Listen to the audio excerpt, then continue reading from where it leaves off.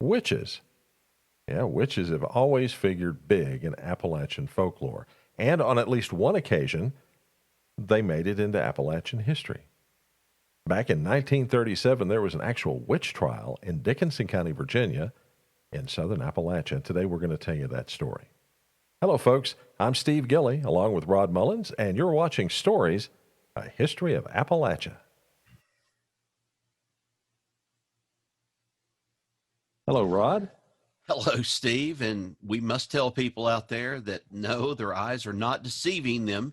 They are seeing us for the first time as we are getting ready to, I guess, bring into the 21st century, so to speak, our video version of a podcast of Stories, A History of Appalachia. And so a lot of you probably wondered, well, I don't know if many of you have wondered what we look like, but at least we're going to try to give you an idea of what stories are and some of the things that, you listen to it, but we're going to kind of give you a little bit more of a visual aspect to some of the stories that we tell here on the podcast. Indeed we are. And this podcast is one that's near and dear to your heart because it comes from your neck of the woods, Dickenson County. And so we're going to go ahead and let you tell this story.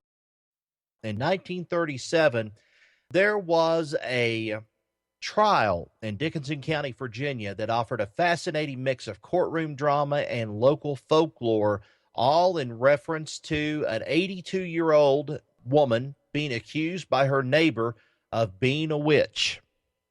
Now, this was such a slanderous accusation, she got so mad over it, she sought a warrant for his arrest, and then the trial ensued in Dickenson County. Now, it even gathered some national attention and some national headlines, if we want to call it that, because in Virginia, really about the only national things close to us were the Roanoke Times and then also the Fredericksburg Freelance Star.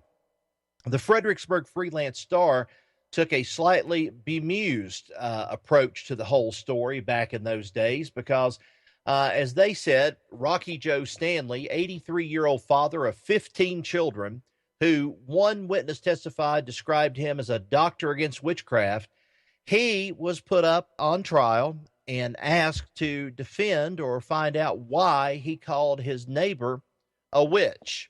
Now, the woman he is referring to as the witch is none other than the 82-year-old Aunt Jane Dutton of Dickenson County, Virginia.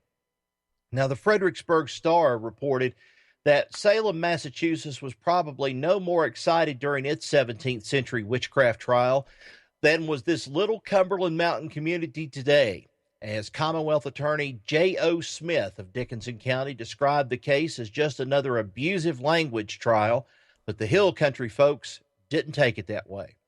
Children questioned their parents on stories they had heard on spells and conjures, and oldsters recalled tales of witches who, legend said, once roamed this Kentucky border county. Now, Rocky Joe Stanley was accused in a warrant obtained by Aunt Jane Dutton with unlawfully and falsely speaking words from their unusual construction and common acceptation might be constructed as insults and tend to violate and breach of peace. The warrant specifically said that Aunt Jane was a witch and would soon die. The Roanoke Times said that it was a trial that was packed with onlookers hoping for a spectacle. Curious people by the hundreds came eager for hair-tingling tales of eerie figures riding down the lonely coves and over the towering slopes of the Cumberland Mountains, but yet no witches danced and no cauldrons simmered.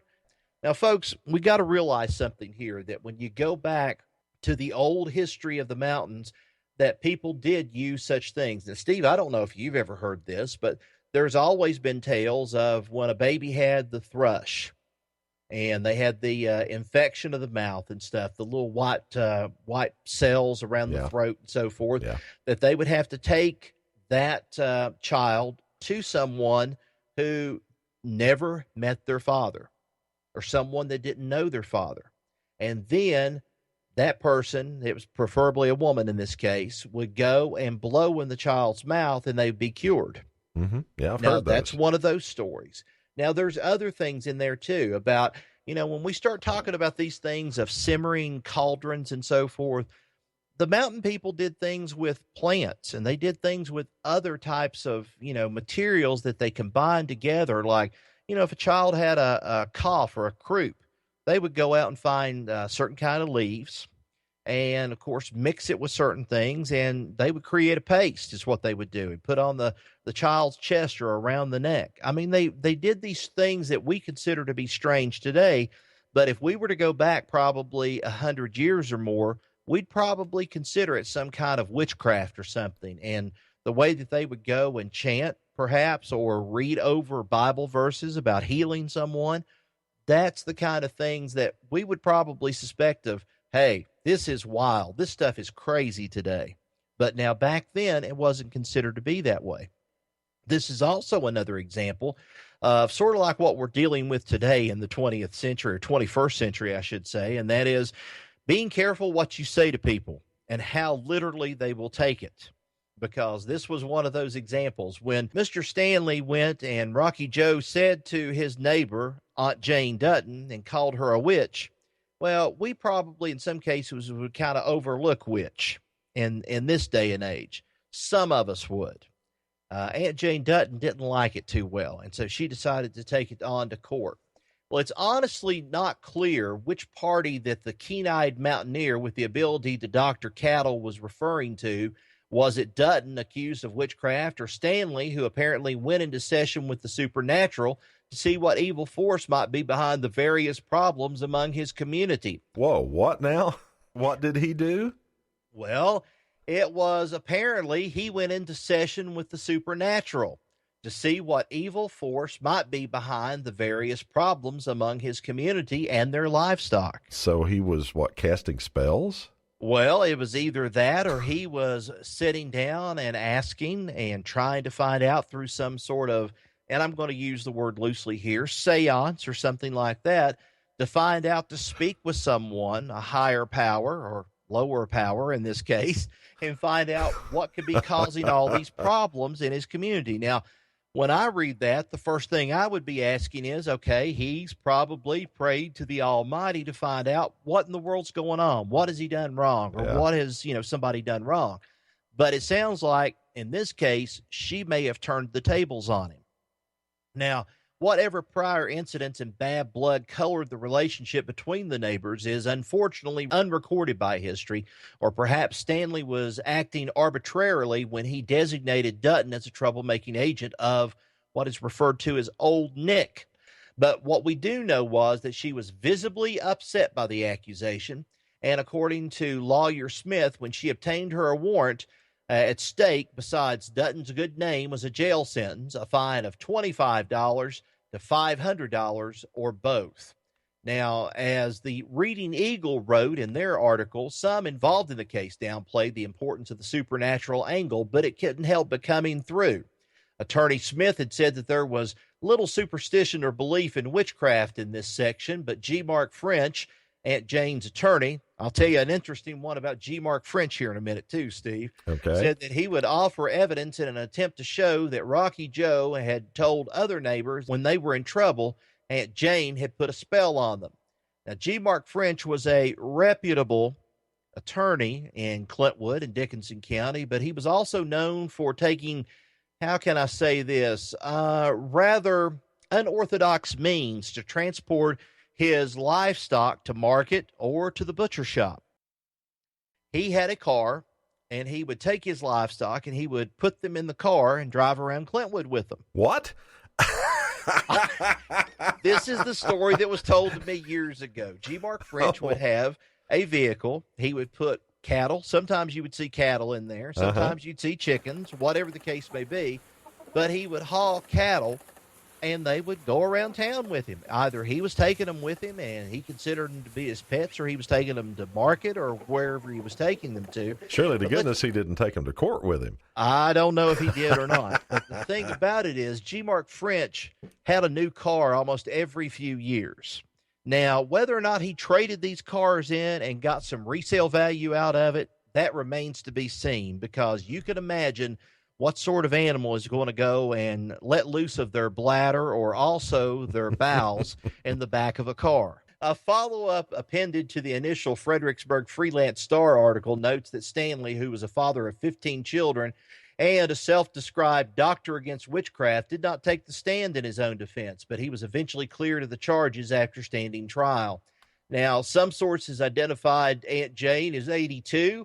Some peg her as 70 years old, but either way that you look at it, she was still a very, very interesting person. Now, some of the things that went on during this trial, this included such things as children questioned the parents on whether they had heard of spells, conjured up oldsters recalling tales of witches who legends once said roamed the Kentucky border country, as they said in here.